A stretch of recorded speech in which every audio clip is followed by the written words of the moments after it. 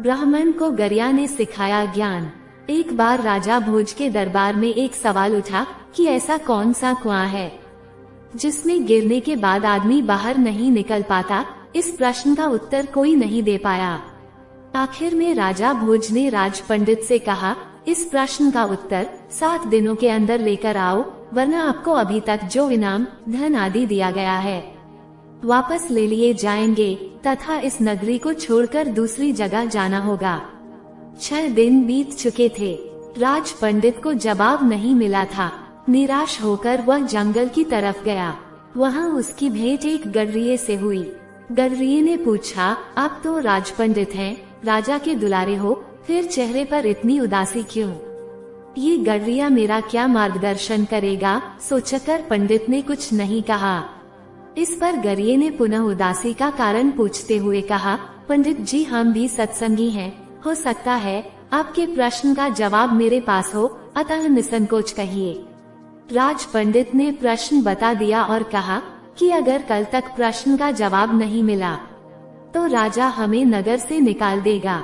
गडरिया बोला, मेरे पास पारस है, उससे खूब सोना बनाओ। एक राजा भोज क्या लाखों राजा भोज तेरे पीछे घूमेंगे। बस पारस देने से पहले मेरी एक शर्त माननी होगी और तुझे मेरा चेला बनना पड़ेगा। राज पंडित के अंदर पहले तो अहंकार जागा कि 2 कौड़ी के गडरिये का चेला बनूं, लेकिन स्वार्थ पूर्ति हेतु चेला बनने के लिए तैयार हो गया। गडरिया बोला, पहले भेड़ का दूध पियो फिर चेले बनो। राज पंडित ने कहा, यदि ब्राह्मण भेड़ का दूध पिएगा तो उसकी बुद्धि मारी जाएगी। मैं दूध नहीं पीऊंगा तो जाओ, मैं पारस नहीं दूंगा। गरिया बोला। तब राज पंडित बोला, ठीक है, दूध पीने को तैयार हूँ, आगे क्या करना है? गरिया बोला, अब तो पहले मैं दूध को झूठा करूँगा, फिर तुम्हें पीना पड़ेगा।